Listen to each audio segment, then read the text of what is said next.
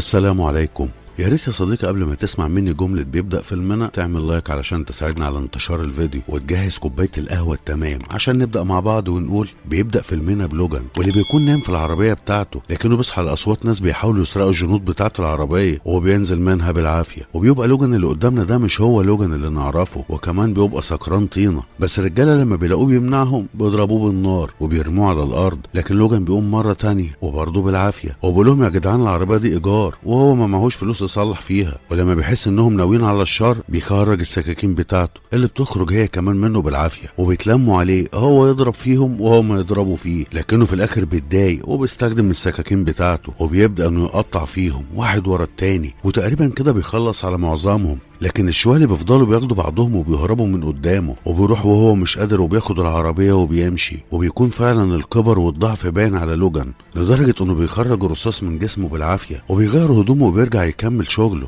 وبيبقى شغال بالعربيه نظام ايجار وكل شويه مع زبون شكل، والتاني بيبقى معاه توصيله للمقابر. لكن في واحده بتيجي وبتنادي عليه، واول ما بيشوفها بيديها ظهره وبيسيبها، مع انها بتفضل تترجنه يكلمها وبتعرفه انها واقعه في مشكله، لكنه برضه بتجاهلها، فبتمشي وبتاخد عربيتها وبتمشي بعيد عن المكان. وبيشوف لوجان طفله موجوده معاها في العربيه، وبعد ما بيخلص مشواره بيبقى في واحد مراقبه وبيشوفه وهو بيشتري دواء من نوع معين، لكن بيبقى واضح ان الدواء ده شمال. ولما بيرجع لعربيته بيلاقي صاحبنا اللي كان بيراقبه وبيركب معاه، وبيقول انا مش مصدق عينيا علشان شايف لوجان الاسطوره قدامه. ولما بيحاول لوجان انه ينزله من العربيه بيتكلم صاحبنا ده واللي اسمه دونالد عن الكام شخص اللي هو قتلهم من يومين، وبيقول له ان الشرطه لسه بتدور على المفترس اللي قطعهم كده. فلما لوجان بيسكت بيرجع دونالد وبيساله عن واحده اسمها جابريل، ودي اللي كانت طلبت المساعده من لوجان في المقابر، وبيبقى واضح ان دونالد بيدور عليها وعايز يوصلها باي ثمن عشان معاها شيء يخصه. وبيعرف لوجان انه ما بيدورش وراه ولا حاجه، لا هو عارف ان هي اللي بتدور عليه علشان كده جاله. فلوجان بيقول انه ما يعرفش حد بالاسم ده، فبيرجع دونالد وبيهدده مره تانية وبيقول انا عارف انك مخبي الشخص العجوز اللي اسمه تشارلز. فلوجان بيقول له يجيب من الاخر ويقول عايز ايه. قال له لو جابريل ظهرت مره تانية يتصل عليه، بس كده مش اكتر، وبيسيبه وبينزل. وبيمشي لوجان وبيروح لحد منطقه حدوديه وبيوصل لمكان خاص بيه وبيدخله، وبيدخل جوه وبيقابل كاليبيان واللي من طبيعته انه عدو لاشعه الشمس، ويبلغه ان العجوز تشارلز حالته وحشه النهارده، فبيديله الدواء اللي كان اشتراه وبيقول له ان الكميه دي مش هتكفي. فلوجان بيقول له ما يشغلش باله، وبيعرفوا انه هيتصرف ويجيب كميه تانية قبل ما اللي معاه دي تخلص. فبيديله الدواء وبيقول له يروح له هو بنفسه علشان هو اللي هيقدر يتعامل معاه. وبيقول له كليبيان مش انت قلت ان الخزان اللي قاعد فيه هيحد من قدرته شويه؟ قال له اكيد. قال له طب ازاي وهو بيتواصل مع اشخاص تانيين؟ لكن لوجان بيسيبه وبيروح على الخزان، وبيكون تشارلز عايش جواه، لكن شكله كده بيعاني من مرض الزهايمر. فبيحاول لوجان انه يديله الدواء لكنه بيرفض لدرجه انه بيقع على الارض وبتجيله النوبه، وبيخرج منه طاقه مش طبيعيه بتشل اي حد في المحيط بتاعه وبتعذبه. لكن لوجان بيقاوم علشان يقدر يوصل له، وفعلا بيوصل له بالعافيه وبيديله العلاج، وعلى طول بتخلص النوبه وبيرجع كل شيء لوضعه، مع انهم بيبقوا لسه بيعانوا. فبيشيلوا لوجان بعد ما بياخد نفسه وبيناموا في سريره، وبيديله بقيه الدواء بتاعه، وبعد ما بيهدى بيتكلم معاه وبيقول له انه عارف ان في سلاله جديده من المتحولين ظهرت، بس لوجان بيقول له انه خلاص ما بقاش في متحولين غيرهم، وبيفكروا كمان ان ما فيش ولا متحول اتولد من اكتر من 25 سنه. لكن تشارلز بيبقى مصمم ان في سلاله جديده ظهرت وهو حاسس ومتاكد بوجودهم. ولما بيجي الليل بيخرج لوجان وبيركب عربيته علشان يشوف شغله، وبيجي له طلب جديد وبتبعت له اللوكيشن على التليفون بتاعه، وفعلا بياخد بعضه وبيروح على هناك، لكنه بيشوف نفس الطفله اللي كانت مع جابريل وهي بتلعب. وساعتها بتخرج جابريل وبتكلمه، لكنه بيتضايق لما بيشوفها، وبتعرفه انه بيطردوها وبتترجنه يساعدها، وبتقول له اعتبرها شغل ويوصلها لحدود كندا، وكمان بتعرض عليه انها هتدفع له 50,000 مقابل توصيلها. فبقولها تعرف انهم عرفوا طريقه وبيراقبوني بسببك. وبتبقى لور عماله تتابع النقاش بتاعهم من سكات، لكن جابريل بتقع على الارض وبيروح عليها لوجان علشان يساعدها، وبيبقى واضح انها مصابه وبتنزف، وبيساعدها انها تقوم وبيرجعها غرفتها، وبتعرفوا انها شغاله اصلا ممرضه، لكنهم ضربوا عليها النار لما كانت بتحاول تهرب على حدود المكسيك. فبيعرفها انه مش ناقص وجع دماغ مع حد، وبيبقى عايز يسيبها ويمشي، لكنها بتترجاه وبتطلع له 20,000 وبتقول له هتديله 30 لما يوصلهم. فبيحاول انه يهدى ويفهم منها ايه موضوعها بالظبط،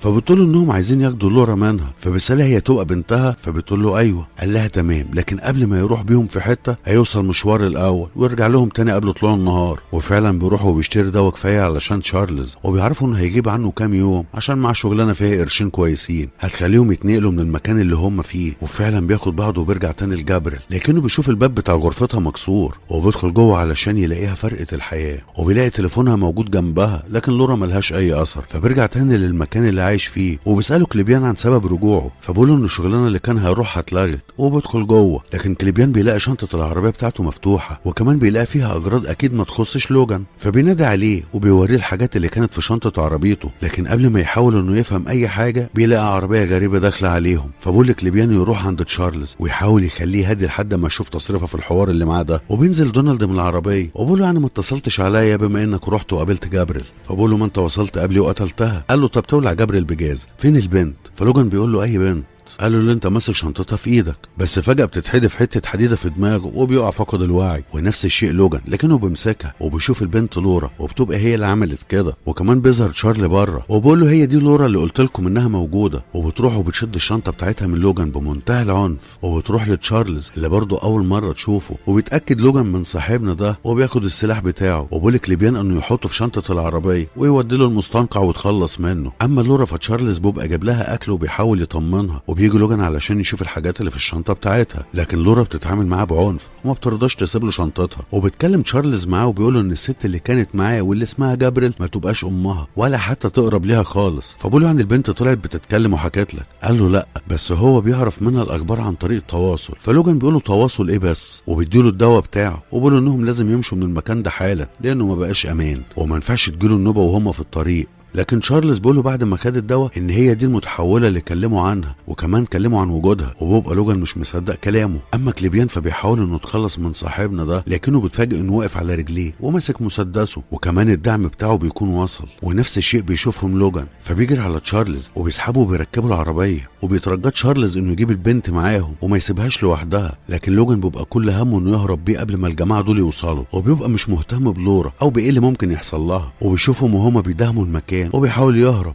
لكنهم بيحاصروه من كل ناحيه. وبينزل دونالد من العربيه وبيساله لوجان عن كليبيان، قال له عرفني بمكان البنت الاول وبعد كده هنتفاهم، لكن لوجان بيغضب، فبقول له ان هو سابه في نفس المكان اللي كان ناوي يسيبه فيه، فبيغضب لوجان اكتر وبيهجم عليهم، لكن زي ما قلنا لوجان كبر وما بقاش زي الاول، فبيضربوه بيوقعوه على الارض وبيهددوه بالسلاح، وبيقول لهم يروحوا يدوروا على البنت، وبتبقى قاعده بتاكل ولا في دماغها، وبتتفرج عليهم من شاشه المراقبه، وبيدخلوا المكان اللي هي قاعده فيه وبيشوفوها، وبيقرب منها واحد وبيبقى ماسك قيود علشان يكتفها بيها، لكنهم فجاه بيسمعوا صوت الرجاله بتاعتهم وهي بتصرخ، وكمان صوت ضرب النار، وبيلاقوها طالعه عليهم وهي شايله راس الشحات مبروك اللي كان عايز يكتفها وبترميها لهم، وبيستغرب لوجان من اللي شايفه، لا وكمان بيشوفها وهي رايحه ناحيتهم من غير ذره خوف، وبيبقوا عايزين يضربوها بالنار، لكن دونالد بيقول لهم محدش يضرب طلقه، وبتطلع سكاكين من ايديها، وبتبقى الموهبه بتاعتها زي الهبه بتاعت لوجان بالظبط، وبتهجم على الحراس بمنتهى الجرأه وبتبتدي تقطع فيهم، ولما بيبداوا يضربوا عليها نار بتاخد شنطتها وتهرب بسرعه، وبيروحوا وراها علشان يمسكوها وبيدوروا عليها في كل مكان، لكنها بتصطاد فيهم واحد ورا التاني، وبتبقى عنيفه وكل ضرباتها مميته، وبتخرج بره المبنى، لكن واحد بيمسكها وبيبقى اكيد من حظه الوحش لانها بتفرتكه، بس دونالد بيضربها برمح في صدرها وبيشدها، وبيجيبوا الكلبشات علشان يأيدوها، لكن هنا بيتدخل لوجان وبيبدا يطيح فيهم هو كمان، وبتقوم لورا وبتشيل الرمح من صدرها، لكنهم بيمسكوها، فبتخرج السكاكين من رجليها وبتخلص على اللي ماسكينها، وطبعا سكاكين الرجلين دي بتبقى حاجه جديده على لوجان اللي بيشوف الجنود رايحين على تشارلز علشان يمسكوه، فبيسخن لوجان وبيقطع اللي قدامه، ونفس الشيء لورا، وقبل ما الجندي ده يعمل حاجه في تشارلز لوجان بيخليه يحصل زمايله، وبيركب العربيه وبيروح ناحيه لورا اللي بتبقى لسه شغاله تقطيع في الجنود، وبتجري زي القرده وبتنط على العربيه وبتركب معاهم، وبيطير لوجان علشان يهرب، وبيبقى ضرب النار عليهم زي المطر، والغريب ان لورا بتحمي تشارلز بجسمها وفعلا بتتصاب برصاصه، فبتخرجها من جسمها عادي وبترميها، مش عارف ليه احنا بنبقى مكبرين الموضوع لما الشوكه بتدخل في ايدينا. المهم بيروحوا وراهم علشان يطردوهم، وبيحاول لوجان انه يعدي من السور لكنه ما بيقدرش، فبيرجع تاني بظهره، وبتبقى المطارده بكل حاجه وضرب النار ما بيخلص، لكن في الاخر بيقدر انه يعدل نفسه وبيخرج من البوابه وبيتجه في اتجاه القطر اللي جاي، وبيتلموا على العربيه وبيتعلقوا فيها، لكن لورا بتعمل الواجب معاهم، بس ما خلصتش على كده لان في جيش بيجري وراهم وبيطاردهم، لكن لوجان بيعمل حركه مجنونه وبيعدي من قدام القطر اللي بياكل العربيه اللي كانت لازقه فيه، وبيفلت هو وعلى طول بيفلق وبيبعد عنهم، فبتكلم دونالد مع واحد من رجالته وبيقول له يجيب له كليبيان، ويبص لوجان للورا وبيقول لها طلعتي لي منين انت بس؟ اما دونالد فبيجيب كليبيان لحد عنده، وبيبقى عارف ان موهبته هي معرفه مكان المتحولين، وبيقول له عرفه هم فين دلوقتي، واكيد كليبيان بيرفض، فبيعذبه وبيعرضوا لاشعه الشمس واللي بتاذيه وبتحرق جلده، في الوقت اللي لوجان هو وتشارلز بيبقوا ماسكين تليفون جابريل ويلاقوا عليه فيديو بتتكلم فيه وبتعرف نفسها وانها شغاله ممرضه في مركز ابحاث في المكسيك،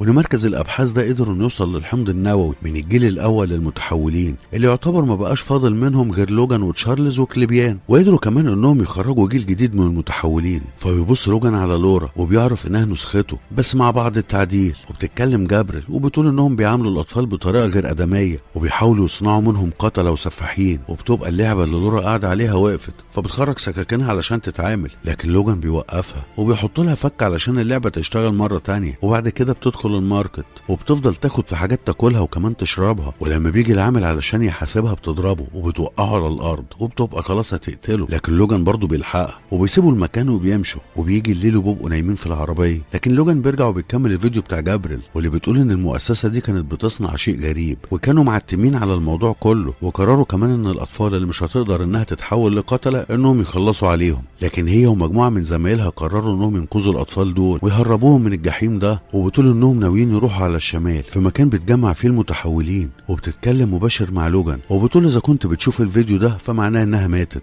وبتعرفوا ان لورا تعتبر بنته هو، وبتترجى انه يساعدها ويوصلها لبر الامان. وبعد شويه بياخدهم لوجان لفندق علشان يستريحوا بعد كل اللي مروا بيه، وكمان بيشتري لهم هدوم جديده. وتاني يوم بتقعد لورا مع تشارلز وبيتفرجوا على التلفزيون، لكن لوجان بيفتح الشنطه بتاعت لورا وبيطلع منها ملفات تخص المؤسسه اللي عامله كل المشاكل دي. ولما بيفتح الملف بتاع لورا بيتاكد انها بتمتلك نفس حمضه النووي. ده في الوقت اللي بيوصل فيه دونالد هو والرجاله بتاعته لمحطه البنزين اللي كان لوجان موجود فيها، وبيبقى كليبيان هو اللي وصلهم لحد هنا، واكيد ده بعد ما عذبوه. وبيروح لوجان علشان يخفي العربيه اللي كانت معاه، لكنه هو بيدور فيها بيلاقي الدواء بتاع تشارلز واكيد بيقلق، لكنه الاول بيروح علشان يتصرف في عربيه تانية يركبوها. وبيرجع مره تانية للفندق، لكنه بيشوف رجاله دونالد وهم موجودين في كل حته، فبيحاول انه يتدارى منهم. لكن فجاه نفس القوه الغريبه اللي بتخرج من تشارلز بتشتغل وبتشل الجميع وبتدخلهم في حاله تشنجات. وبيفهم لوجان انهم وصلوا لتشارلز، لكن بسبب تكوينه الجسماني بيبقى هو الوحيد اللي قادر انه يقاوم رغم انه بيتألم، وبيحاول انه يوصل له، وبيبقى فعلا بيقاوم بكل قوته علشان يوصل له، وبيقرب وبيقتل الجنود اللي موجودين في الغرفه. وطبعا محدش فيهم عنده استعداد يعمل اي حاجه، وبيخلص عليهم واحد واحد. ونفس الشيء بتبقى لورا هي كمان بتتحرك بالعافيه، وبيوصل لوجان لتشارلز وبيقتل الاتنين اللي واقفين جنبه. ولورا بتديله الحقنه اللي بتوقف النوبه بتاعت تشارلز، واللي اول ما بيديها له كل شيء بينتهي، وبيبقى في واحد لسه عايش،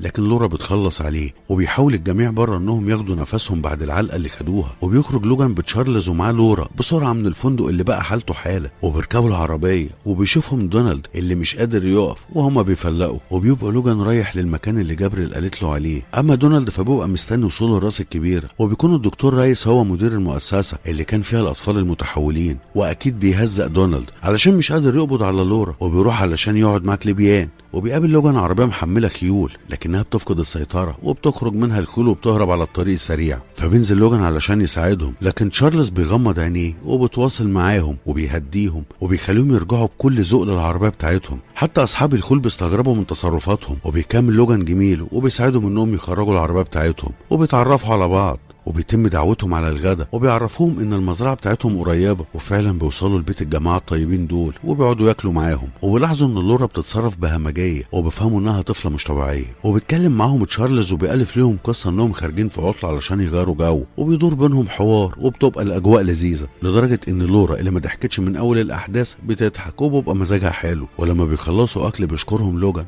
وبيعرفوا منه انه ناوي يمشي دلوقتي، لكنهم بيصمموا انهم يباتوا الليله لحد ما النهار يطلع، وبعد كده يتحركوا بمزاجهم. وفعلا بيقرروا انهم يباتوا عندهم، وبيدي لوجان الدواء لتشارلز علشان النوبه ما تجلوش وهم موجودين عند الناس. لكن الاخ صاحب البيت بيبقى بيتعرض لمشاكل مع الناس اللي مسيطرين على وصول الميه لمزرعته، فلوجان بيقول له يستنى وهو هيروح معاه. وبيطلع تشارلز للغرفه اللي هينام فيها وبينيمه على السرير، واللي بيتكلم معاه وبيقول انهم لازم يوصلوا لورا للمكان اللي جابريل قالت لهم عليه. فلوجان قال له انا هسمع كلامك، لكن المكان اصلا مش هيكون له وجود. وبيسيبه وبينزل وبيروح مع الراجل صاحب البيت علشان يشوف حوار مشكلته هو كمان. وبيعرفوا ان الناس اللي بيضايقوه اشتروا كل الاراضي اللي حواليهم، لكنه هو رافض انه يبيع المزرعه بتاعته، عشان كده كل شويه بيحاولوا يضايقوه. وبيوصلوا فعلا عند مضخات الميه وبيلاقوها مقفوله، لكن قبل ما يعملوا حاجه بيوصل لهم الناس اللي كان بيكلموا عنهم، وبيمسك مسدسه علشان يامن نفسه. وبيقول له لوجان ما يتدخلش هو علشان ما يقعش في متاعب. وفعلا بينزل الكبير بتاعهم وبيقول له مين اللي ادالك الاذن انك تفتح الميه. ولما بيشوف لوجان بيسال مين ده، فلوجان بيقول له انا الشخص اللي هيزعلكم ده لو ما ركبتوش عربياتكم ومشيتوا من هنا دلوقتي. دلوقتي. وطبعا الكلام ما بيعجبش صاحبنا اللي بيعمر سلاحه، وبيقول له قدامهم لسه فرصه انهم يمشوا من قدامه، لكن لوجان بياخد منه السلاح وبيضربه بيه، وبيعرفوا انه ما بيتهددش، وبيكسر البندقيه على رجليه. وهنا كلهم بيجيبوا ورا وبيركبوا عربياتهم وبيمشوا. وصاحبنا ده بيقول له يخرب عقلك، عملتها ازاي دي؟ وبعد شويه بيدخل لوجان على تشارلز، وبتبقى لورا نايمه معاه في نفس الغرفه، وبيكلموا تشارلز وبيقولوا ان دي افضل ليله هو قضاها من سنين كتير.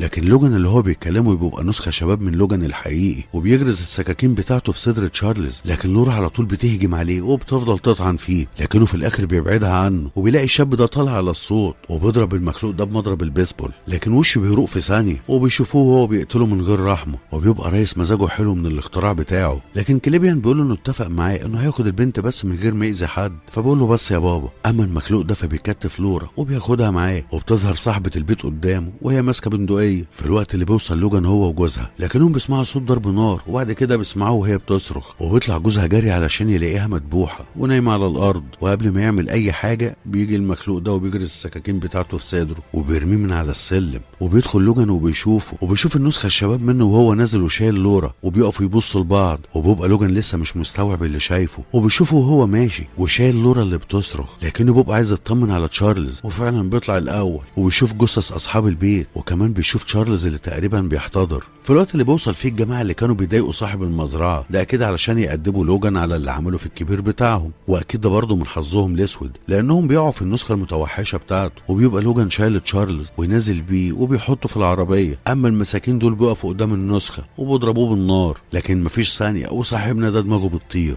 وبيبداوا كلهم يضربوه بالنار، وكمان هو بيبدا يقطع فيهم. اما لوجان فبيشوف تشارلز وهو بيفارق الحياه بين ايديه، وبيبقى بالنسبه له هو كل حاجه، المعلم والاب والصديق، وما بيكونش مصدق انه مات قدام عينه، فبيتجنن وبيبص على الحيوان اللي لسه بيقطع في الناس. وكليبيان بينتهز انهم مشغولين وبيسرق قنابل موجوده في العربيه اللي محبوس فيها وبيفجرها، وبيهرب دونالد في اخر لحظه. اما الوحش ده فبيروح علشان ياخد لورا، لكن لوجان بيجي وبيفضل يطعن فيه بمنتهى الغل وبيقطع فيه بالمعنى الحرفي، لكن اكيد صاحبنا مش هيسكت، وبيطعن لوجان في كتفه وبيقلبه، وبيبقى هيخلص عليه، لكن لوجان بيلحق نفسه وبيقوم مره تانية وبيشتبك معاه، لكنه بيعاني، وبتبقى الاصابات بتاعته ما بتلمش بسرعه زي ما كان الاول، والمفترس ده بيقدر فعلا انه يسيطر عليه، وبيبقى خلاص هيقتله. فبتيجي عربيه وبترشقه في دراسه القمح، وبيبقى صاحب المزرعه هو اللي عامل فيه كده، وبينزل من العربيه رغم اصابته، وبيمسك بندقيته وبيفضل يضربه بالنار في دماغه لحد ما بيخلص عليه. وبيشوف لوجان اللي حصل وبيحاول ياخد نفسه ويجمع نفسه مرة تانية، وبيقعد قدامه صاحب البيت بعد ما عامل اللي عليه وبيموت، وبيروح لوجان بالعافية على لورا اللي بتصرخ وبيشيلها من على الأرض، وبيشوف الدكتور رايس وهو بيحطها في العربية بتاعته. أما لورا فأول ما بتشوف جثة تشارلز بتتجنن وبتصرخ أكتر، لكنه بياخد العربية وبيطير بيها علشان يطلع بره المزرعة ويطيروا بره المكان، وبيطلع سكاكينه وبيفك القيود بتاعتها، فبتهدى شويه، لكنها اكيد حزينه على تشارلز. واول ما النهار بيطلع بتبقى الدنيا مقلوبه في المزرعه، وبيخرجوا المخلوق ده واللي بيبقى لسه عايش من الغرزه اللي كان فيها، لكن حالته بتبقى وحشه، وبيحقنوا ريس بمصل يخليه يتعافى بسرعه وجروحه تلم على السريع. اما لوجان فبيبقى لسه سايق العربيه، لكن حالته بتبقى وحشه وبيقف في مكان، وبيدفن جثه تشارلز، وبيبقى واضح الحزن الشديد عليه. والاول مره بتقرب منه لورا وبتمسك ايده، وبعد شويه بيروح على العربيه بتاعته، ولما بيجي يدورها ما بتدورش، فبيخرج غضبه فيها، وبعد كده بيقع على الارض وبيفقد الوعي، وبيفوق بعد كده علشان يلاقي نفسه في عياده، وبيتكلم الدكتور معاه، وبيبقى عارف ان هو متحول، لان مفيش انسان طبيعي هيتحمل الجروح المميته دي، وبيعرفوا ان بنته هي اللي جابته لحد هنا. ولما بيجي يقوم الدكتور بينصحه ان جسمه محتاج للراحه والعلاج، لكن لوجان ما بيهتمش بكلامه، وبيخرج وبيشاور للورا انها تروح معاه، وفعلا بيخرجوا، وبيلاقي لورا ما شاء الله سارقه عربيه ومجهزاها، اهي دي الخلفه اللي تفرح، وبيقعد جنبها وبيقول لها صحيح انا مش عارف انت جبتيني هنا ازاي، لكن على كل حال شكرا. فبتقول له العفو، فبستغرب وبقول لها انت بتتكلمي؟ فبتقول له اه. اللهم كنت عامله خرصه ليه من اول الفيلم؟ فبتتفتح لك في وشه، وبتبقى مش عايزه تسكت لدرجه انه بيشخط فيها علشان ترجع خرصه زي ما كانت، لكنها بتقول له وصلها للمكان اللي الممرضه جابريل قالت له عليه، فبعرفها ان مفيش مكان زي اللي هي بتوصفه، وان ده كله من خيال جابريل، لكن لورا بتبقى مصممه لدرجه انها بتضربه، وبقول لها المشوار ده لوحده عايز يومين سفر، وبيعرفها انه تعبان ومرهق ومش هيقدر يمشي، لكن قدام اللك بتاعها بيرجع في كلامه وبيقرر انه يوصلها، وفعلا بيتحركوا، لكن فعلا لوجان بيبقى خلاص مش قادر يكمل وبيبدا انه ينهار، فبتركن العربيه وبتقول له يستريح، وبتعدي كام ساعه عليهم، لكن لورا في الاخر بتنزل وبتقرر ان هي اللي هتسوق، وفعلا بتمشي بالعربيه. وتاني يوم بيصحى لوجان لكنه مش بيلاقيها، فبينزل وبيدور عليها وبيلاقيها واقفه فوق الجبل وبتنادي عليه وبتقول انهم وصلوا للمكان اللي هم قاصدينه. وفعلا بيشوف عدد كبير من الاطفال المتحولين، بس بيبقى خلاص مشطب بنزين وبيفقد الوعي مره تانيه، لكنهم بيقدروا يرفعوه ويوصلوه لحد عندهم وبياخدوه بيهتموا بيه وبيسيبوه يرتاح. لكن بتظهر طياره درون وبتراقب المكان اللي هم فيه. وتاني يوم الصبح بيتلموا الاطفال على لوجان وبيحاولوا يظبطوا له دقنه، وفعلا بيخلوها زي ما كان بيعملها وهو شباب.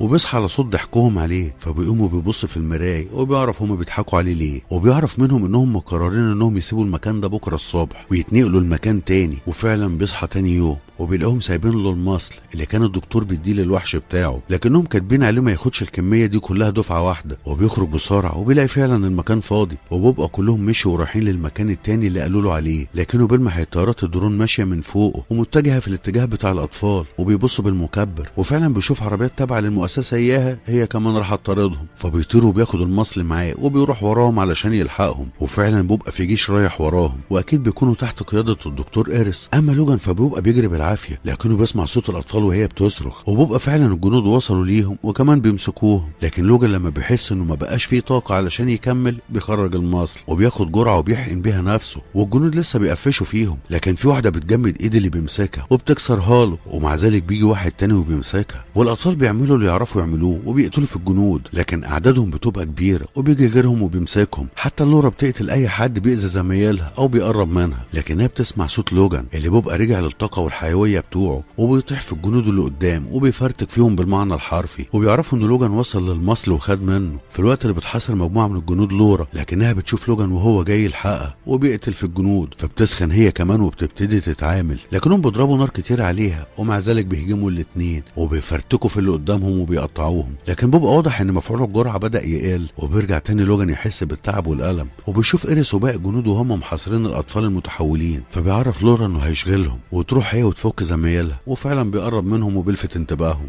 وبيقرب منه إيريس وبيفضل يقول الكلام الحمضان اللي هو بيعتبر نفسه المسؤول عن حمايه الكوكب وعايز يخلي الجنود بتاعتهم لا تقهر والافشخانات دي. لكن لوجان بيبقى مصدع من الكلام، فبيضربه بالنار في دماغه وبيسيب دونالد في ايده. وهنا بتتحرك لورا وبتبدا تتعامل مع الجنود، ولوجان بيطارد دونالد اللي بيفتح للوحش علشان يقضي عليه، وفعلا بيفضل يشلفط فيه، ولوجان بيتنح قدامه وبيخنقه بباب العربيه، لكنه بتخلص منه بسهوله. فلورا بتجري عليه وبتحاول تضربه، وفعلا بتعذبه شويه، وبيجي لوجان يروح يساعدها، فالسائع بيصيبه برمح في رجله، وبتبقى البت بتقطع في المخلوق ده، والاطفال بيفكوا نفسهم وبيسيطروا على دونالد، وكل واحد بيخرج موهبته فيه واكيد بيقضوا عليه. وبيرمي المخلوق ده لورا بعيد عنه بعد ما بصراحه خلت شكله وحش، لكن واحد من المتحولين بيقدر انه يرفع العربيه وينزلها كلها فوقه. بس قبل ما لوجان يهرب الاطفال بيلاقوا العربيه بتترفع وبيخرج منها صاحبنا زي الطور الهايج، وبيجري سلاحه في لوجان وبيسحبه معاه. فلورا بتجري وبتاخد مسدس وبتحط فيه طلقه مصنوعه من نفس الماده اللي اتصنع منها جسمهم، لكن الوحش ده بيبقى خد لوجان ورشقه في جذع الشجره وكمان بيطعنه في صدره. لكن قبل ما يخلص عليه خالص دماغه بتتفرتك من الطلقه اللي ضربتها لورا عليه، وبتجري علشان تساعد لوجان، وبتشوف الحاله اللي هو فيها وبتبقى حزينه عليه، فبقولها تاخد زمايلها وتهرب من المكان كله، لكنها بتبقى مش عايزه تسيبه. بس لوجان بيبقى خلاص مستسلم للموت،